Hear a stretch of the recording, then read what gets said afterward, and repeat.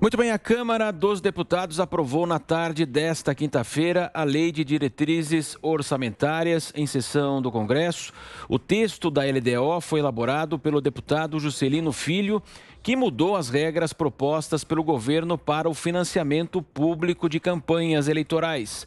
Com um novo cálculo que pode mais do que dobrar a verba do fundo eleitoral para quase 6 bilhões ante os 2 bilhões de 2020, quando forem eleitos prefeitos e vereadores. A aprovação final ainda depende do Senado, mas a previsão é que isso ocorra ainda hoje.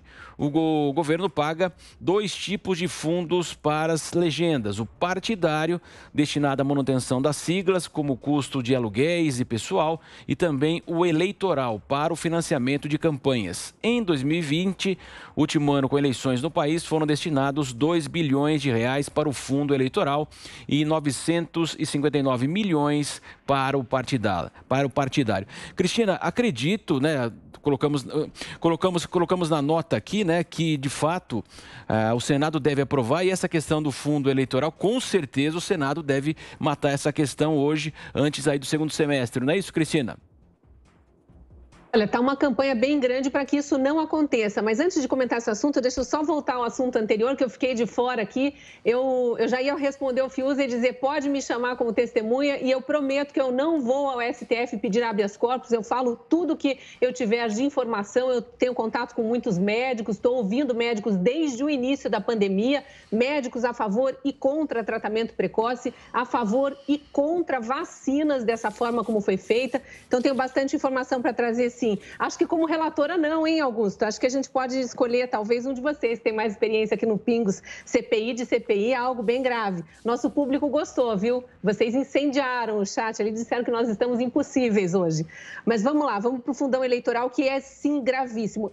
Aliás, como o Congresso vai ter o recesso em função de ter aprovado esse orçamento, que era condição para entrar em recesso, a CPI, aquela CPI fake, entra em recesso, a gente pode tocar bem rápido a nossa CPI aqui e relembrar todas as narrativas falsas que vieram à tona naquela CPI fake no período em que eles estiverem descansando, na verdade, estiverem de castigo, ouvindo os eleitores lá nas bases eleitorais deles. Agora, a nossa preocupação maior, e como acho que a gente vai falar de voto auditável, que também foi adiada a discussão para depois do recesso, como essas duas preocupações saem do nosso radar. Agora, todo mundo preocupadíssimo e muito concentrado nessa questão do aumento do fundão eleitoral, que é um absurdo. Triplicaram o valor do fundo eleitoral ali nas barbas, né, do eleitorado, enquanto nos distraíam com outras coisas, e é por isso que a gente não pode dar tanto valor para uma CPI falsa como essa aí, porque eles vão ganhando espaço e aprovando outras coisas com as quais a sociedade não concorda. Bom, a sociedade já está se manifestando. Hashtag Fundão 6bi não, já está no Trending Topics do Twitter. Eu não tenho dúvida que vai para o primeiro lugar, está em segundo por enquanto. Muita gente falando, deputados explicando por que votaram contra. Aqui, Diego Garcia, que é do PSL do Paraná. Inaceitável, o presidente vete o aumento do fundão, deputados já pedindo. O João Amoedo, do Novo, não podemos assistir calados a mais esse absurdo. O plenário do Senado ainda pode impedir esse assalto.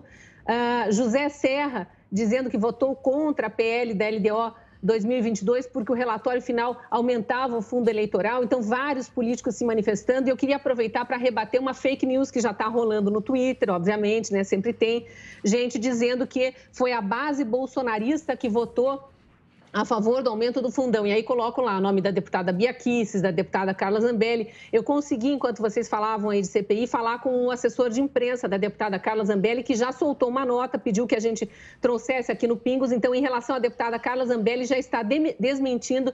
A deputada esclarece que é mentirosa a afirmação do site O Antagonista de que a parlamentar e o PSL votaram a favor do fundão eleitoral de 6 bilhões de reais. E aí a nota segue explicando que, historicamente, a deputada é contrária ao uso do dinheiro público para bancar campanhas eleitorais, não utilizou dessa verba em sua campanha de 2018 e explica que ela e o partido votaram sim ao texto principal do projeto, uma vez que, como base do governo, é preciso aprovar um orçamento, pois seria de uma imensa irresponsabilidade deixar o país sem orçamento. Mas não é favorável ao aumento do fundão. Nem a deputada Carla Zambelli, nem os outros que estão sendo citados aí como favoráveis. Fiuza, em 2018 e 2020, 2 bilhões e agora 6 bilhões de reais ao fundo eleitoral. Fiuza. Tá, em primeiro lugar, como a Cris não será abriu mão, né, de ser a relatora, eu sugiro a Ana Paula Henkel, que de fato tem sido aqui nos Pingos a principal examinadora, né, dos delinquentes que protagonizam essa farsa, esse circo. Então, deixo aqui essa outra proposição. Relatora da CPI dos Pingos nos Is, Ana Paula Henkel. Sobre o fundão eleitoral é o seguinte, senhores e senhoras parlamentares, senhoras e senhores deputados e senadores, a ideia é incendiar o país? Vocês querem incendiar o Brasil, né? Vocês querem conflagrar esse país. Vocês querem escarnecer da população até que ela perca o último fio de paciência. É isso? É essa a proposta? Porque a palavra é escárnio. E aí eu pergunto só, Marcelo Matos, onde estão os ministros do STF que alegam das suas principais, aquelas construções, né, que a gente já viu, alegóricas, né, histriônicas, sobre o voto auditável? Mas uma das alegações está lá, é o preço. Olha, esse aumento aí, ele ultrapassa todo o custo do que seria o voto impresso auditável. Onde estão ministro Alexandre de Moraes, ministro Luiz Roberto Barroso? Nós vimos aí em discursos eloquentes, né? Eloquentes nunca serão, né? Mas discursos aí inflamados. Não podemos impor esses custos à nação brasileira nesse momento de sacrifício. E agora? Onde estão eles? Eles não acham problema nenhum, né, nessa tentativa de bandalheira. Isso é uma bandalheira, isso é uma manobra orçamentária de sucção dentro da lei, evidentemente, mas de sucção de recursos públicos desproporcionais, afrontosos a esse momento de sacrifício que nós vivemos. É um completo escárnio.